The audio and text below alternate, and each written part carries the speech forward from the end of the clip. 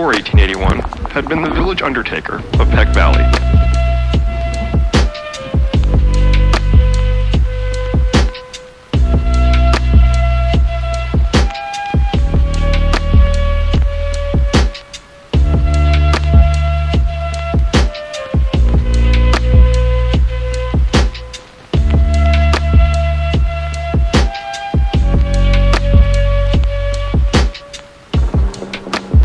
Most distinctly, Birch was lax, insensitive, and professionally undesirable.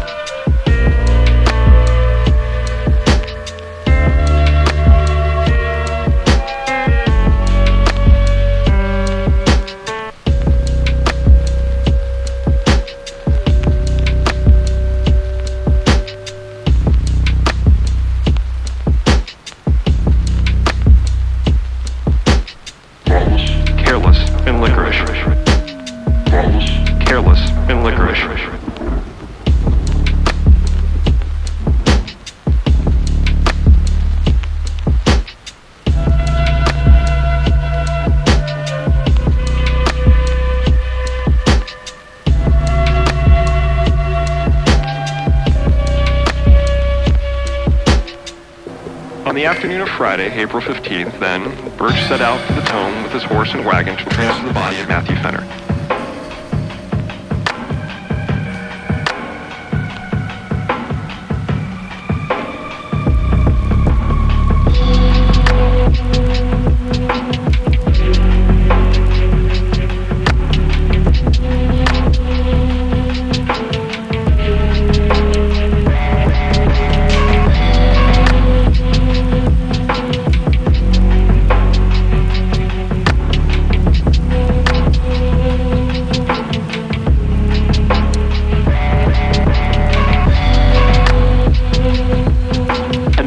Might not have relished the damp, odious chamber with the 8 carelessly placed coffins, but Birch in those days was insensitive, and he was concerned only in getting the right coffin for the right grave.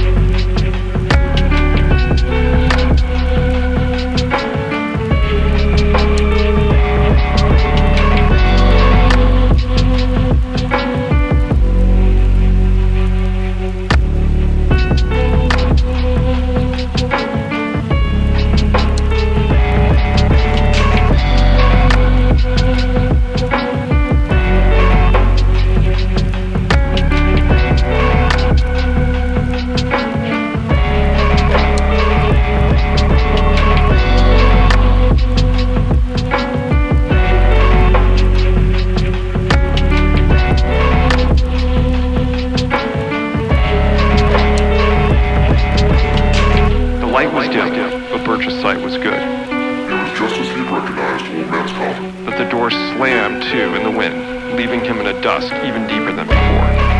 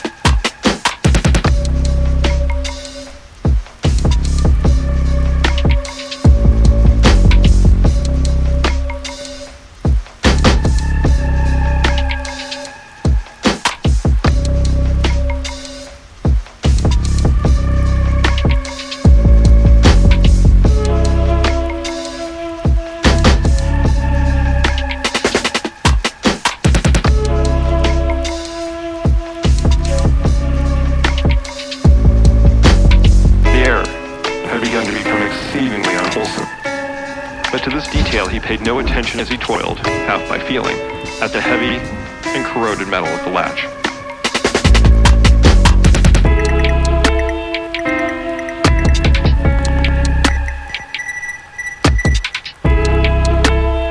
Only the coffins themselves remained as potential stepping stones.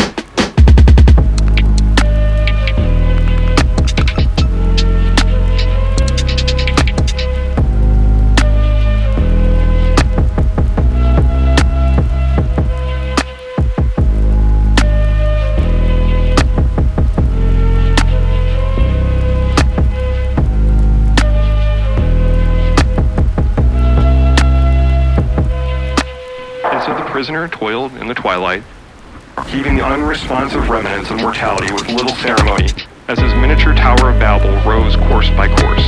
Several of the coffins began to split under the stress of handling.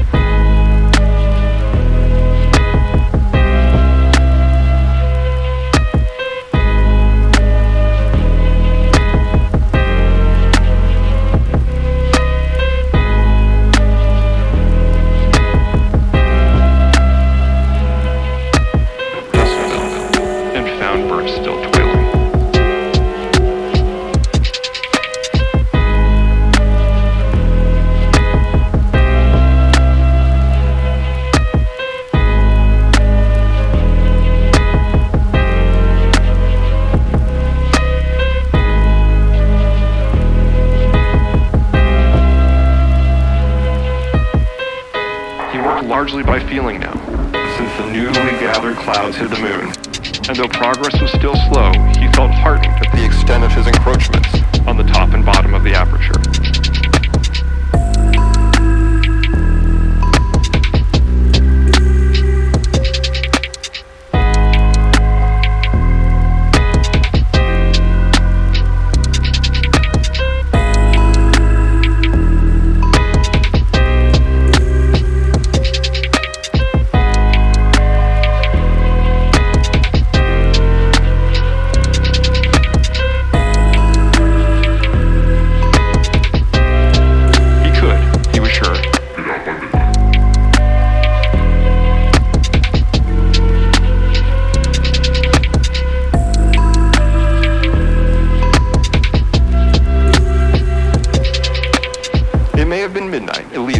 Decided he could get through the transom.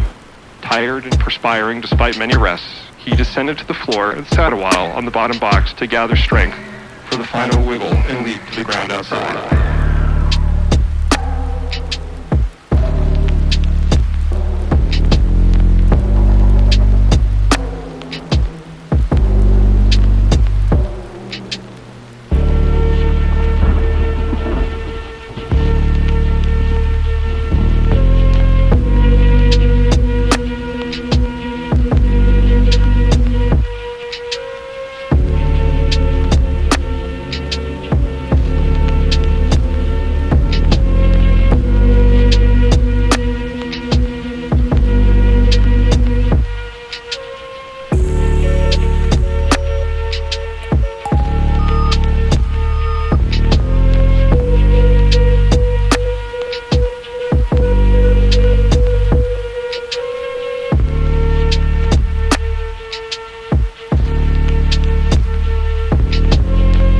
It seems, planned in vain when choosing the stoutest coffin for the platform.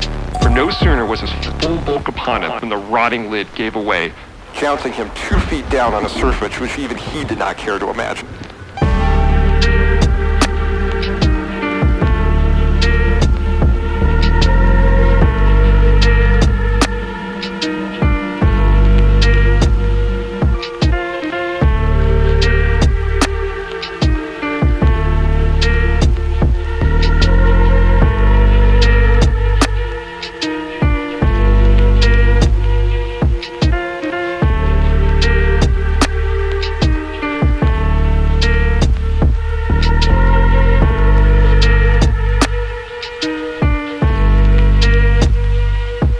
By the sound, or by the stench which billowed forth even to the open air, the waiting horse gave a scream that was too frantic for a neigh, and plunged madly off through the night, the wagon rattling crazily behind it.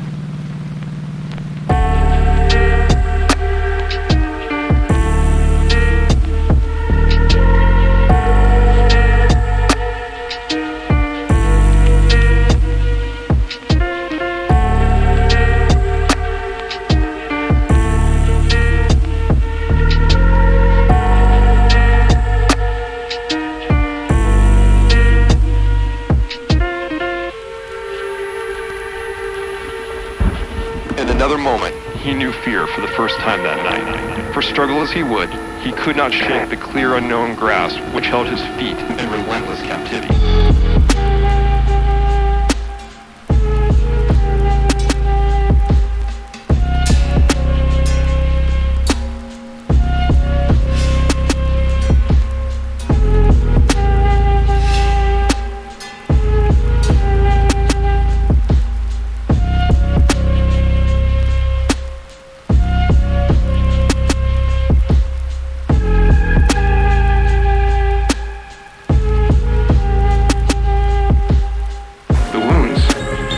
Ankles were frightening, lacerated about the Achilles tendon.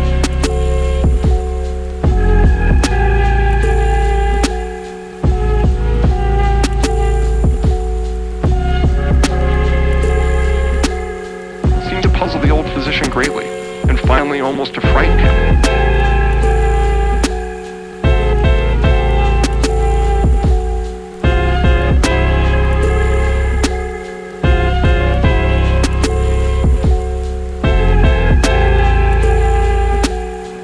Anxious to know if Birch was sure, absolutely sure, of the identity of that top coffin of the pile. How he had chosen it. How he had been certain of it as the Fenner coffin in the dust. And how he had distinguished it from the inferior duplicate coffin of vicious Aesop Sawyer.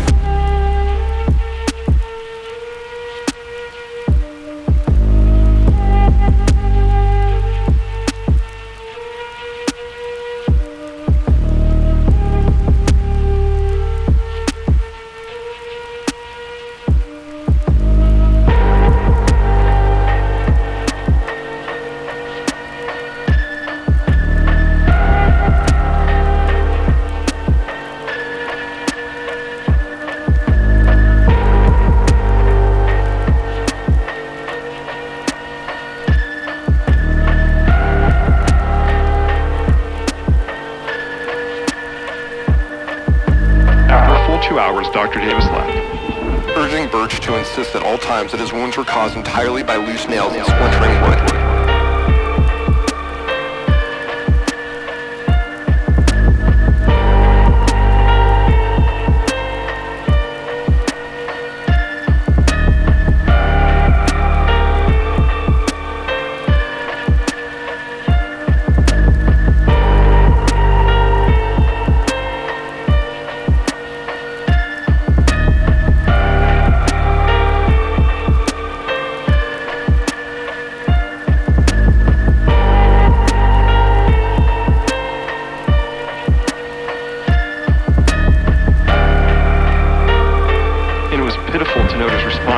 Chance allusions such as Friday, tomb, coffin. His frightened horse had gone home, but his frightened wits never quite did that. He changed his business, but something always preyed upon him.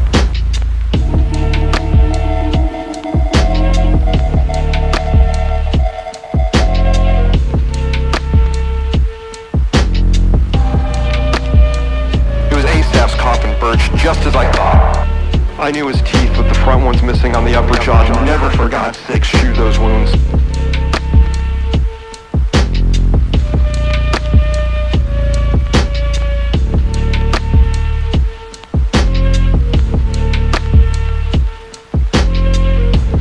The body was pretty badly gone, but if I ever saw vindictiveness on any face, or former face, you know what a fiend he was for revenge.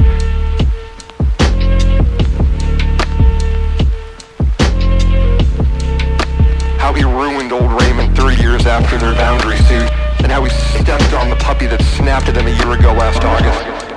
He was the devil incarnate, Birch, and I believe his eye for an eye fury could beat old Father Death himself.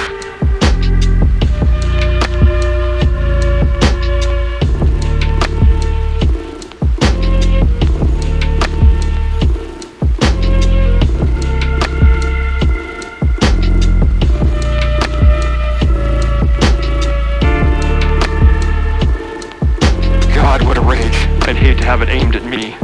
Why did you do it, Birch? He was a scoundrel, and I don't blame you for giving him a cast-aside coffin. But you always did go too damn far. Too damn far. I'll never get the picture out of my head as long as I live.